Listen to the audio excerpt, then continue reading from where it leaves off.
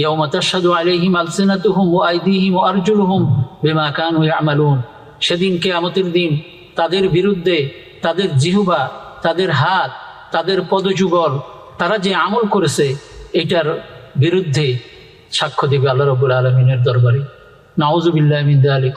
যে এই পাপের কারণে আমার অঙ্গ প্রত্যঙ্গ আমার বিরুদ্ধে সাক্ষ্য দিবে, এটা কত বড় অন্যায়।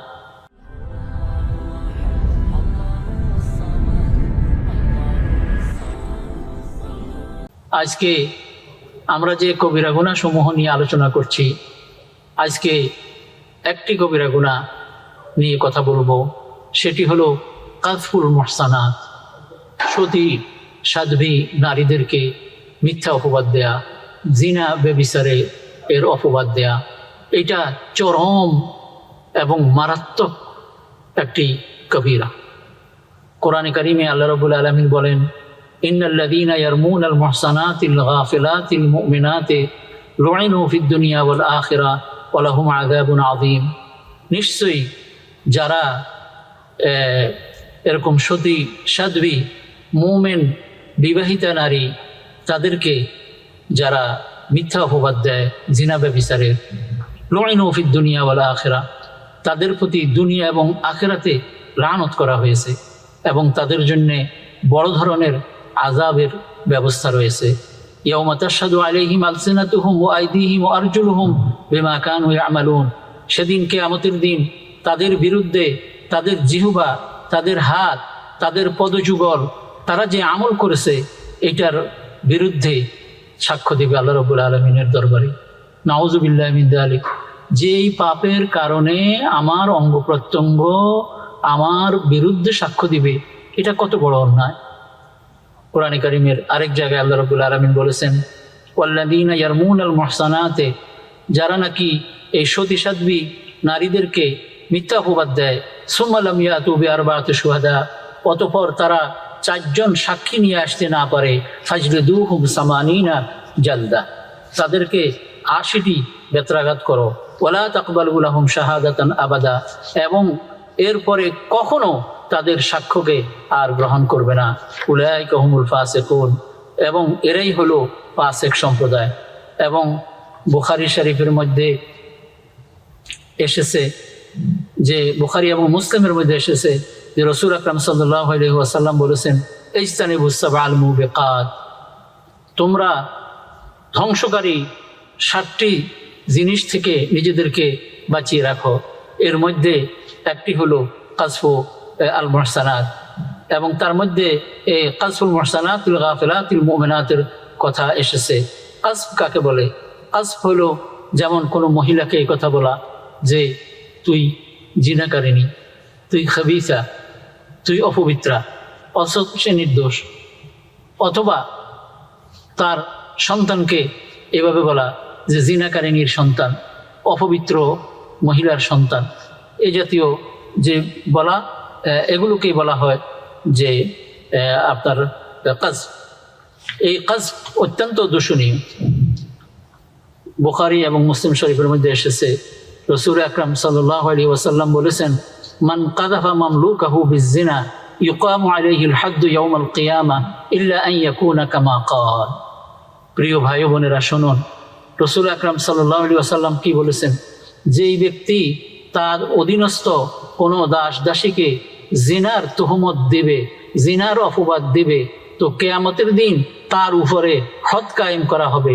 তবে হ্যাঁ, সে যেরকম বলেছে যদি বাস্তবেও সেরকম হয়ে থাকে সেটা আলাদা।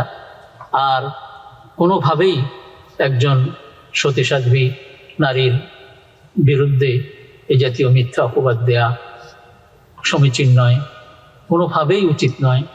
এবং যেহেতু মা ইয়ালফিযু মিন কাউলিন ইল্লা লাদাইহি রাকিবুন আতীদ, মানুষ যেই কোনো কথা উচ্চারণ করে সেই কথার পাশেই সদা প্রস্তুত কট্টর প্রহরী রয়েছে। কাজে আমি যদি মিথ্যা কোনো মহিলার ব্যাপারে যদি অপবাদ দেই, তাহলে এটা কত বড় জঘন্য। আমরা জানি ইতিহাসে হযরতে আয়েশা সিদ্দিকা রাদিয়াল্লাহু তাআলা আনহাকে মিথ্যা অপবাদ দেওয়া হয়েছিল। ওই বনিল মুস্তালিকের যুদ্ধে গিয়ে পথিমধ্যে ফিরে আসার সময় আয়েশা সিদ্দিকা রাদিয়াল্লাহু তাআলা আনহা যখন তার নিজের হারের খোঁজে বের হয়ে যান, এখান দিয়ে কাফেলা চলে আসে, অতঃপর তিনি এসে দেখেন কেউ নেই, তখন তিনি সেখানে বসা ছিলেন। সফওয়ান ইবনে মুআত্তাল এসে তখন তাকে সসম্মানে কাফেলার সাথে পৌঁছে দেয়। কিন্তু এটাকে কেন্দ্র করে কিছু দুর্বল ইমানদার, এমনকি দুই একজন সাহাবিও এবং রইসুল মুনাফিকিন আব্দুল্লাহ ইবনে উবাই, তারা সবাই মিলে এটাকে গোল পাকিয়ে এবং এটাকে কেন্দ্র করে মিথ্যা বিভিন্ন অপবাদ দেওয়া শুরু করে। তখনই আল্লাহ রাব্বুল আলামিন কোরআনে কারীমের সূরাত আন-নূরের শুরু থেকে কতগুলো আয়াত নাজিল করে আয়েশা সিদ্দিকা রাদিয়াল্লাহু তাআলা আনহার পবিত্রতাকে যেমন বর্ণনা করেছেন, ঠিক তেমনি যারা এই জাতীয় মিথ্যা অপবাদ দেয় তাদের শাস্তির কথাও বলা হয়েছে, যে এই জাতীয় যারা করবে তাদেরকে প্রত্যেককে ফাজলিদুহুম সামানিনা জালদা, ৮০টি বেত্রাঘাত করার কথা তাদেরকে বলা হয়েছে। এবং রসুল আকরাম সাল্লাল্লাহু আলাইহি ওয়াসাল্লাম এই কোরআনের আয়াতগুলো নাজিল হওয়ার পরে যারা এই অপবাদের মধ্যে অংশগ্রহণ করেছিল তাদেরকে রসুল আকরাম সাল্লাল্লাহু আলাইহি ওয়াসাল্লাম হাদ লাগিয়েছেন। এবং এটা তো মুমিনাকে কষ্ট দেওয়ার শামিল। আর কোরআনে কারীমের মধ্যে আল্লাহ বলেছেন, ওয়াল্লাযীনা ইউযুনাল মুমিনিনা ওয়াল মুমিনাতি বিগাইরি মাকতাসাবু, যারা নাকি অন্যায়ভাবে কোনো মুমিন পুরুষ অথবা কোনো মুমিন নারীকে কষ্ট দেয়, ফাকাদ ইহতামালু বুহতানান, তারা কিন্তু নিজেদের কাঁধে বহন করছে অপবাদ এবং বড় ধরনের গুনাহ।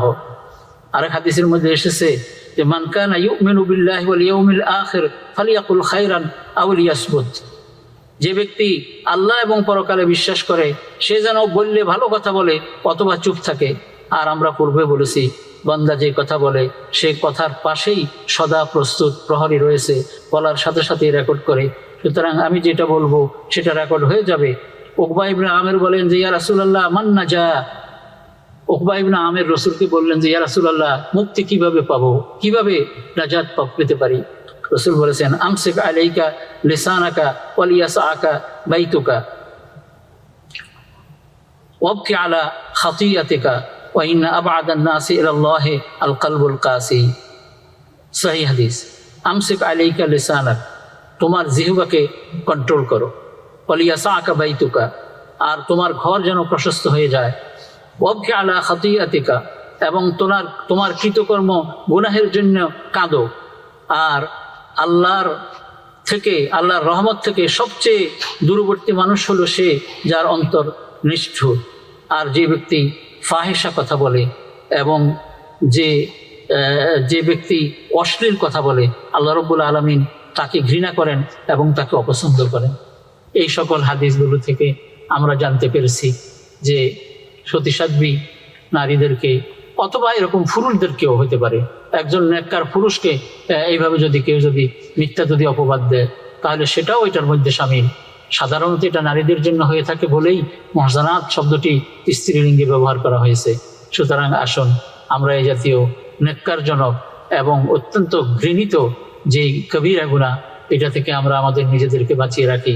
আল্লাহ আমাদের সকলকে হেফাজত করুন, আমিন। ওয়া আখিরু দাওয়ানা আনিল হামদুলিল্লাহি রাব্বিল আলামিন। আসসালামু আলাইকুম ওয়া রাহমাতুল্লাহি ওয়া বারাকাতুহু।